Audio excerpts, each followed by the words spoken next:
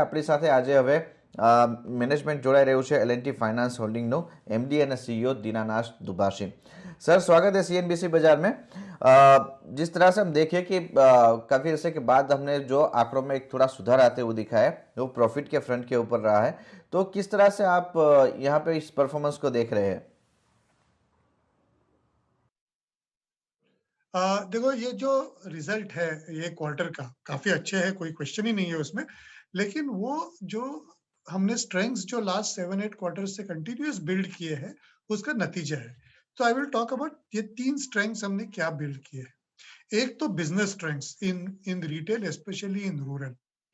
आपको तो पता है कि रूरल मार्केट यूनिफॉर्मली ऊपर तो नहीं जा रहा था, इनफैक्ट काफी मॉडरेटेड था। उसमें हमने कंसंट्रेट किया कि हमारी डीलर स्ट्रेटेजी, हमारे एनालिटिक्स, इस पे कंसंट्रेट करके हमारा मार्केट शेयर कंसोलिडेट करें। दूसरा कंसंट्रेट किया कि हमारे एग्जिस्टिंग कस्टमर्स को ज्यादा फार्मिंग करें, उसको ज्यादा लोन अच्छे तरह से देने की कोशिश करें और नए प्रोडक्ट्स लॉन्च करें। इससे हमारी रूरल प्रोडक्ट की ग्रोथ काफी मजबूत रही है। इनफैक्ट ये क्वार्टर में हमारे बेस्ट एवर रिटेल डिसबर्समेंट्स हुए हैं और retail as a percentage of total book for the first time has cross 50%। अभी हम जेन्युइनली 50% से ज्यादा रिटेल कंपनी है और अगर रूरल देखें तो ये अभी हमारा सबसे बड़ा सेगमेंट हो गया है। इसके इफेक्ट क्या है? डायरेक्टली प्रॉफिटेबिलिटी पे होता है। निम्स प्लस फीस अभी 8% से ज्यादा हो गई है पहली बार। क्लियरली इसका इम्पैक्ट लोअर इंटरेस्ट रेट से भी है, लेकिन हायर जितना रूरल ज्यादा करोगे उतनी निम्स प्लस फीस अच्छी रहेगी। सो इसका प्रॉफिटेबिलिटी पे डायरेक्ट इम्पैक्ट है। The second thing which has worked well is हमने कॉन्सेंट्रेट कलेक्शन एनालिटिक्स और कलेक्शन स्ट्रेंथ पे पहले दिन से बहुत कॉन्सेंट्रेट किया है और आप देखेंगे कि हमारी collection efficiencies across products, rural हो या होलसेल हो, ये प्री कोविड लेवल से भी बेटर हो गई है अभी। In addition to this, we are carrying very strong provisions on even our standard portfolio कि कल अगर कोविड की तीसरी वेव आए, चौथी वेव आए, कुछ हो या OTR के पोर्टफोलियो में कुछ इश्यूज हो, तो हमारे पोर्टफोलियो अपने प्रोविजंस एडिक्वेट होने चाहिए। So good collections and adequate provisions is item number 2। और आइटम नंबर 3 हमारी लायबिलिटी स्ट्रेटेजी कि लास्ट 2 साल जो लो इंटरेस्ट रेट्स थे उसका फायदा लेके हमने अच्छे लॉन्ग टर्म फंड्स रेज करके रखे, जिससे कि इंटरेस्ट रेट जैसे फर्म अप होंगे उसमें हमारे पे इम्पैक्ट थोड़ा कम होगा उसके प्रोपोर्शनेटली। सो ये तीनों चीज अगर आप साथ में ले तो इसका इम्पैक्ट ये हुआ है कि PBT growth for this quarter over last year is a robust 29% और टैक्स रेट्स थोड़े चेंज होने के कारण पीएटी ग्रोथ इज अबाउट 12%। और अगर आप क्वार्टर टू क्वार्टर ले ओवर लास्ट क्वार्टर तो बोथ पीबीटी एंड पीएटी 40% से ज्यादा ग्रो हुई है।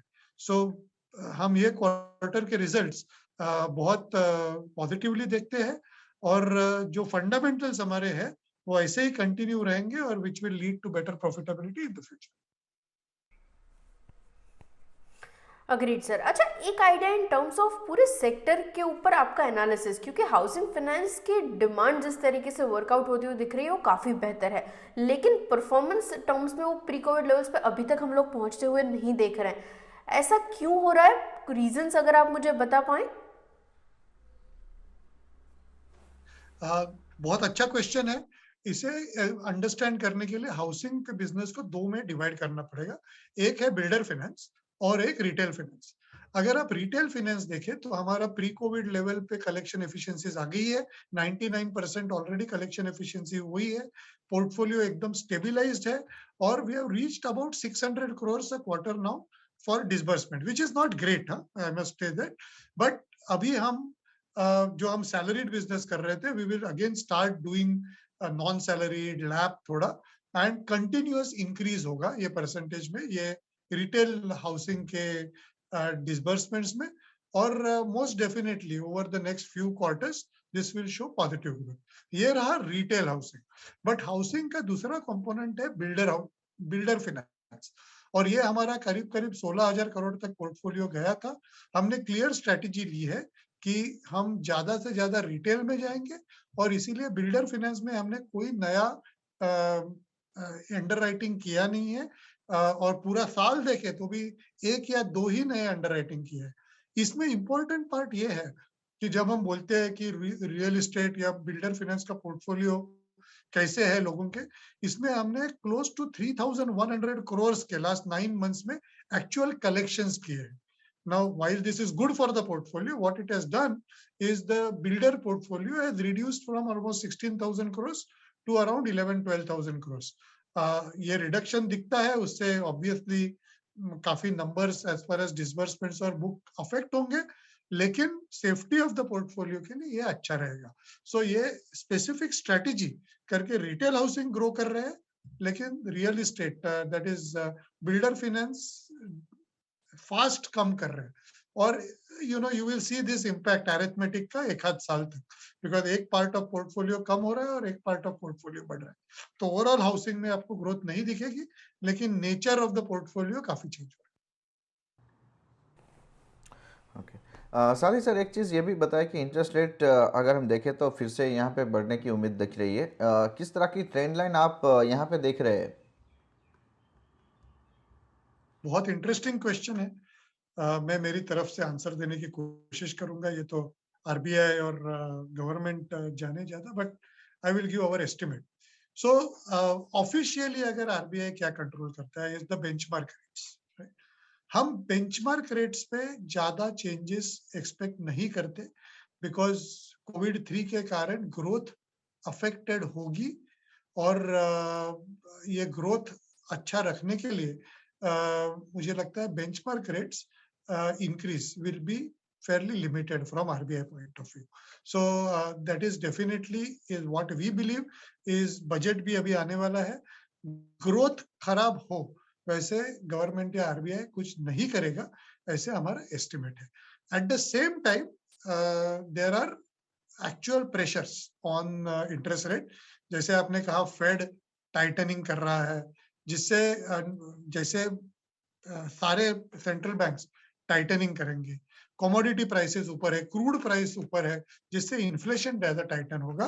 सो जिससे naturally there will be pressure on the currency, और जैसे आरबीआई करेंसी मैनेज करेंगे वैसे आरबीआई को लिक्विडिटी ऑब्वियसली सिस्टम में कम करनी पड़ेगी.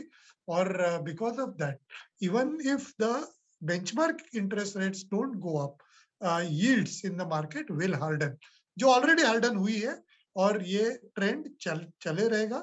हमें लगता है कि ये इंक्रीज ग्रेजुअल होगी, सडन नहीं होगी.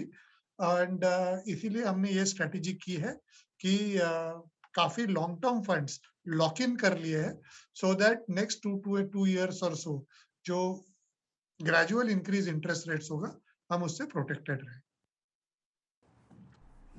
अग्रीड सर, ये तो हुई यील्ड्स की बात. अच्छा, एक आइडिया इन टर्म्स ऑफ, क्योंकि ये similar kind of cost of funds अगर हम लोग देख रहे हैं, निम्स के ऊपर इसका कैसा इम्पैक्ट होगा? एक आइडिया, ट्रेजेक्ट्री हम क्या फॉलो करें? मार्जिन्स दो चीजों की पे डिपेंड होती है. एक तो आपका प्रोडक्ट मिक्स कैसा है, और दूसरे आपका इंटरेस्ट कॉस्ट कैसा है. तो these are two logical things जिसपे मार्जिन डिपेंड होती है. सो हमने एक देखा, जो पहली ट्रेंड लाइन है कि जो हमारा रिटेलाइजेशन इंक्रीज हो रहा है, जिससे मार्जिन काफी बिग मूव हुआ है. हम पहले गाइड करते थे कि 6.5 to 7% के बीच में हमारे निम्स प्लस फीस रहेंगी. You seen we already crossed 8%. अभी इंटरेस्ट रेट जैसे थोड़े हार्डन होंगे, वैसे ये थोड़ा ट्रेंड डाउनवर्ड करेगा, 8% से नीचे आएगा over the next 2 to 3 quarters, no doubt. But आप 6.5 to 7 अगर पहले लेंगे, पहले वाला गाइडेंस, और अभी अगर 8% से नीचे आके इवन 7.5% भी रहे, तो भी you will see a big difference of almost 100 basis points over what the margins were 2 years back. And that is the shift happening because of change in product mix, और वो shift permanent रहेगा. So margins शायद थोड़े moderate हो because interest rate going up, but the big shift in margin over the last 2 years is because of product mix change, और वो permanent रहेगा.